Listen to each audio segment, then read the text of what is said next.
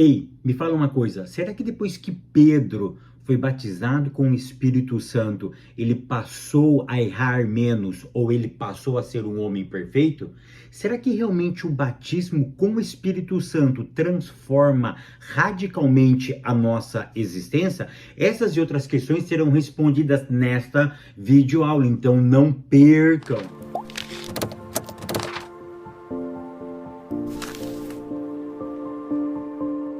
A paz, queridos, que bom estarmos aqui novamente no nosso programa semanal da Escola Bíblica Dominical para darmos sequência na nossa série de estudos bíblicos baseado no tema Aviva a Tua Obra. Para quem não me conhece, eu sou o pastor Fábio Segantin. Se você é novo aqui no nosso canal, não perca essa oportunidade, porque aqui do lado tem um botãozinho vermelho, clica nele, se inscreva, porque toda semana temos um vídeo novo aqui. E se você for um inscrito, o YouTube vai lhe avisar quando eu postar algo novo em nosso canal. E não esqueça também de curtir esse vídeo, de deixar o seu comentário e de compartilhar, porque isso é muito importante para nós. Maravilha? Ah, você assistiu meus últimos 2 vídeos que eu postei aqui? Eu postei uma pregação que eu fiz aqui nos Estados Unidos, uma conferência que tem como título Mentalidade Transformada. E o título da mensagem é Daniel, o menino da metanoia. Se você não assistiu, o link vai estar aqui embaixo, aqui em cima. Clica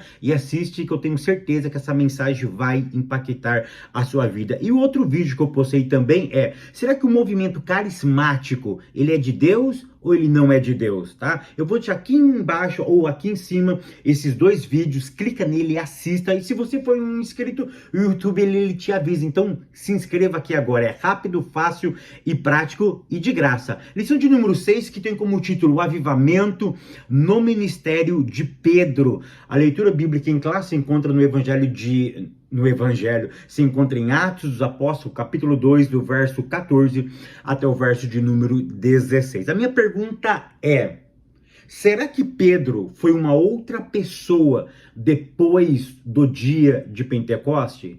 Ou seja, será que depois que nós passamos por essa experiência, nós somos transformados? Nós somos outra pessoa? Erramos menos? Ou passamos a ser homens perfeitos? O que aconteceu com Pedro? Porque nos evangelhos apresenta uma espécie, um Pedro, e no livro do Ato dos Apóstolos apresenta um outro Pedro.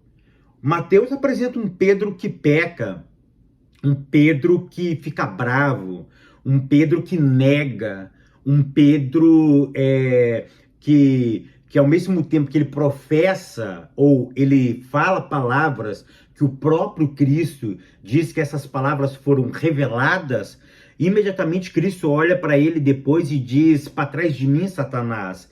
E depois de Pentecoste, nós não vemos mais esse Pedro titubeando, oscilando, esse Pedro que ele tem altos e baixos. Depois do Pentecoste, a Bíblia apresenta um outro Pedro. Então, será que a experiência do batismo com o Espírito Santo radicalmente transforma a nossa existência? O que eu quero que você entenda logo de início é o seguinte: eu vou apresentar aqui para vocês, tá, 2 leituras de Pedro. A leitura dos evangelhos, que Mateus faz de Pedro, que Marcos faz de Pedro, e depois a leitura que o Lucas faz de Pedro lá no livro de Atos dos Apóstolos, tá bom? Então fique comigo que eu vou mostrar essas 2 ideias, essas 2 leituras de Pedro. Será que são pessoas diferentes? Vamos lá. Tópico 1, Pedro antes do Pentecoste. Ponto 1, as 2 atitudes de Pedro. Olha em Mateus capítulo 16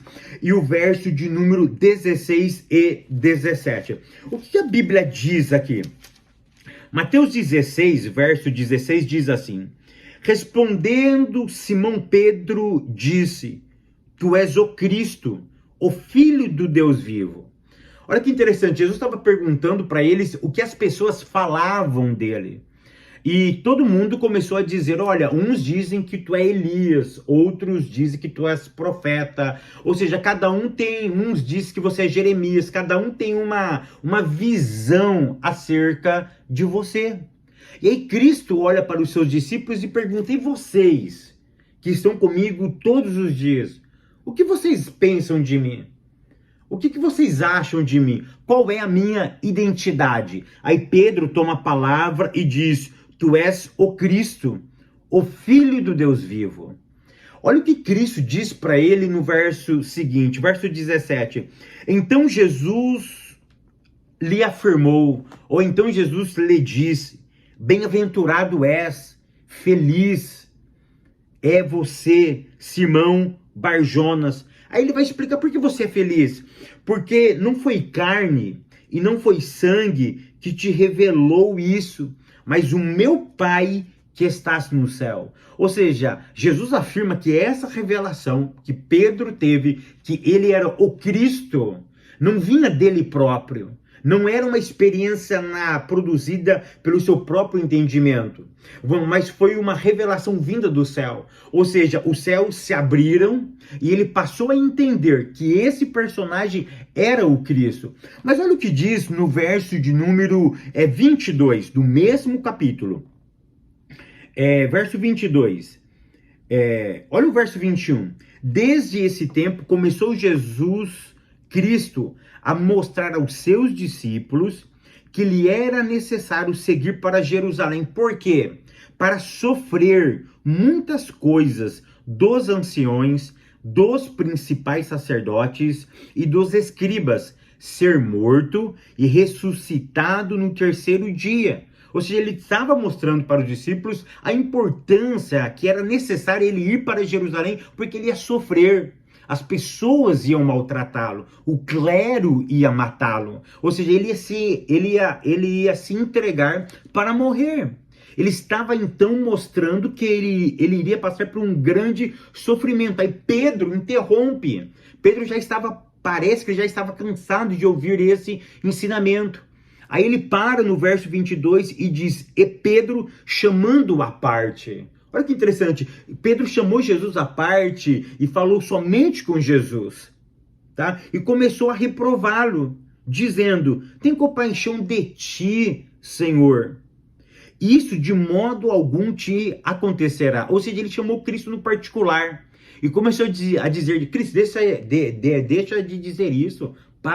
Tenha compaixão de você. Ou seja, você não precisa fazer isso. Para com essa besteira. Aí Cristo olha para Pedro e diz: mas Jesus, voltando-se, disse a Pedro: arreda, Satanás, tu és para mim pedra de tropeço, porque não cogitas das coisas de Deus, e sim dos homens. Vocês conseguiram entender? Uma hora Deus o revela. Uma outra hora era como ele não entendesse os planos de Deus. Aí agora vamos comigo no ponto 2. Pedro nega Jesus 3 vezes. Aí vamos só para Mateus capítulo 26, verso 69. Olha o que diz o verso 69. Ora, estava Pedro assentado fora do pátio e aproximando-se uma criada lhe disse. Cristo agora, ele foi assunto no Sinédrio.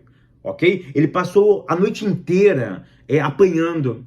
E de manhã, quando levanta-se, o noticiário corre. E é nessa perspectiva que tem o texto. Ora, estava Pedro assentado fora do pátio. E aproximando-se uma criada, lhe disse: também tu estava com Jesus, o Galileu.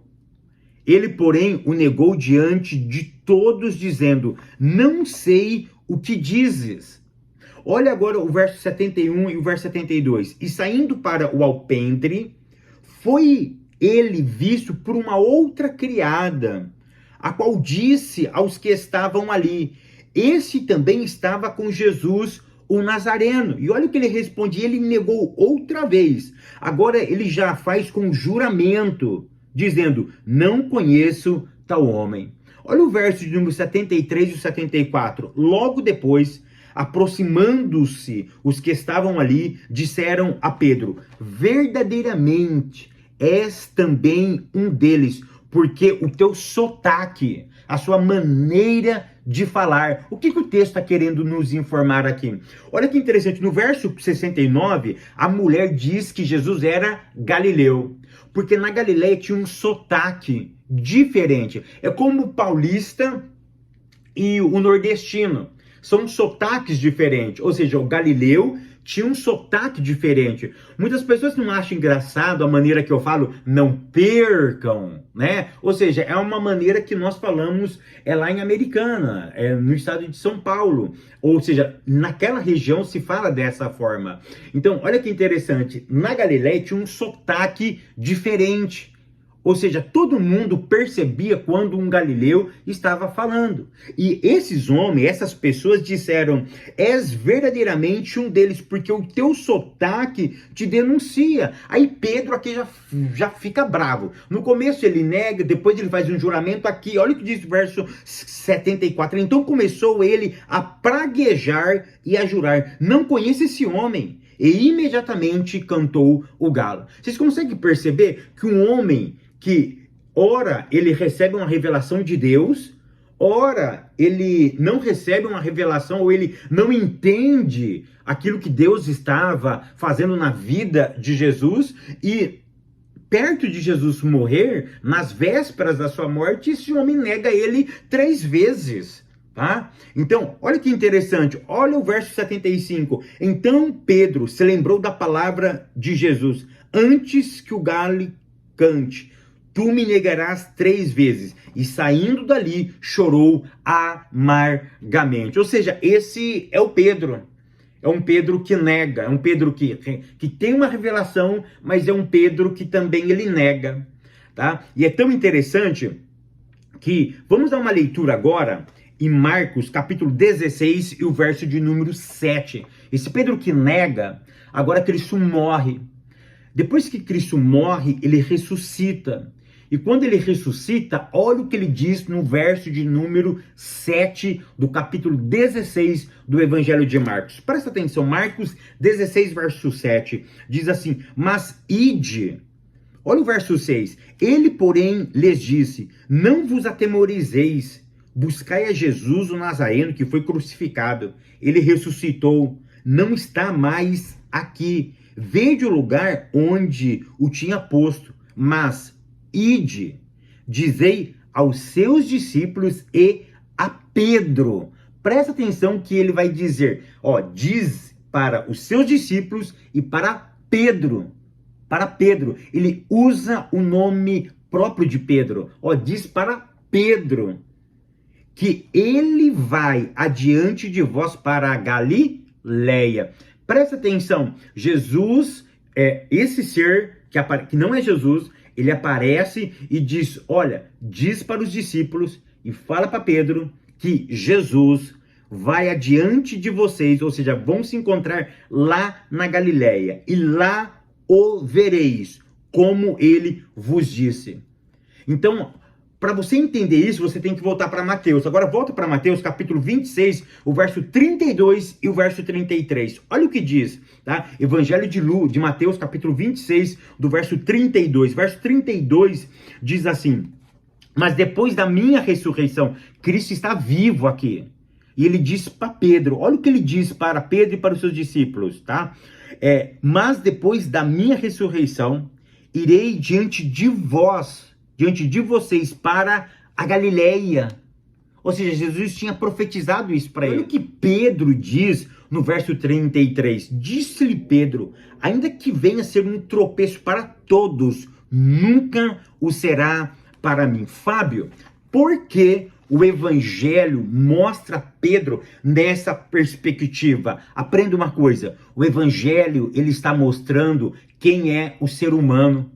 O Evangelho mostra que nós, seres humanos, temos altos e baixos. Ou seja, o Evangelho pinta o ser humano como ele realmente é. Mostra a fraqueza, mostra os delitos, mostra o erro, mas mostra também que temos experiências com Deus. Porque esse Pedro que tem uma experiência de revelação é um Pedro que também às vezes não entende aquilo que Deus está fazendo.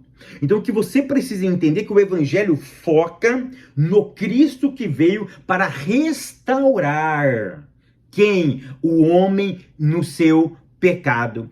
Ou seja, ele mostra que o ser humano ele tem altos e baixos. Uma hora ele pode estar lá, uma hora ele pode não estar lá, porque o evangelho mostra na realidade quem somos nós.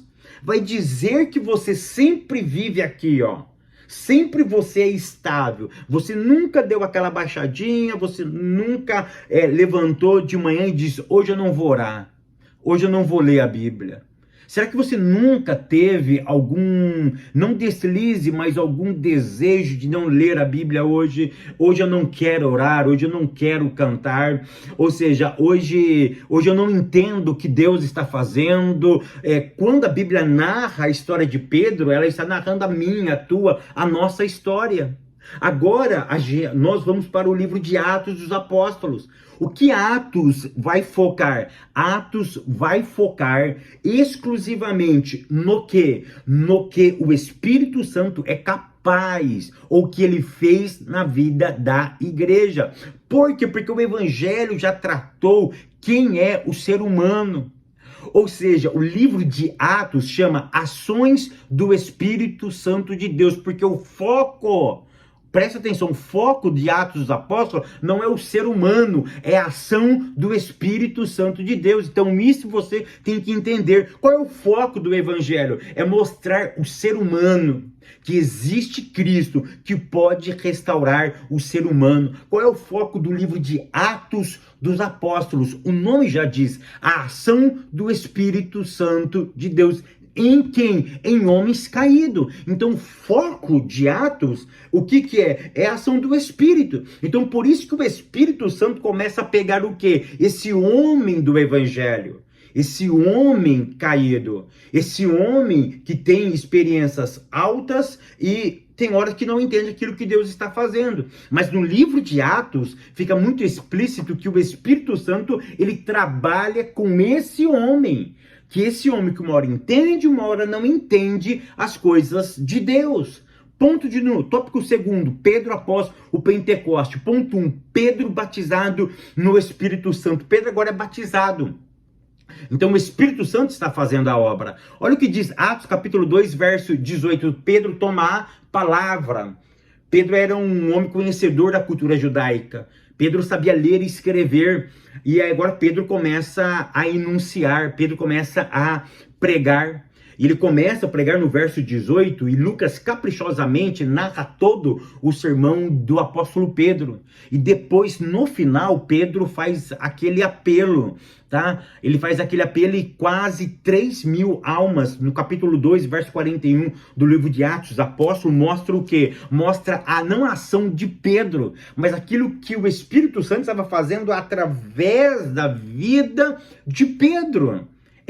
O foco no livro de Atos é o que o Espírito Santo faz na vida do ser humano. É isso que você precisa entender. O Espírito Santo é capaz, sim, de mudar a minha, a tua, a nossa história. Ele faz através de nós. Ele faz por nós. E ele faz através da nossa vida. Ponto 2. Pedro e a cura do coxo. Pedro e João chegam na entrada do templo, Atos capítulo 3, verso 10 e 11, o homem pede alguma coisa, ele não tem dinheiro, ele diz, ela não tem dinheiro, mas eu tenho algo poderoso. E isso que eu tenho pode mudar a tua história. O que eu quero que vocês entendam é justamente isso. O livro de Atos está focando na ação do Espírito Santo num homem que ora entende e ora não entende. Porque se você for ler lá no livro de Pedro, o que o próprio Pedro disse? Que tinha coisas que Paulo escrevia que era de difícil entendimento. Aí a minha pergunta é, Paulo escreveu inspirado ou não pelo Espírito Santo de Deus?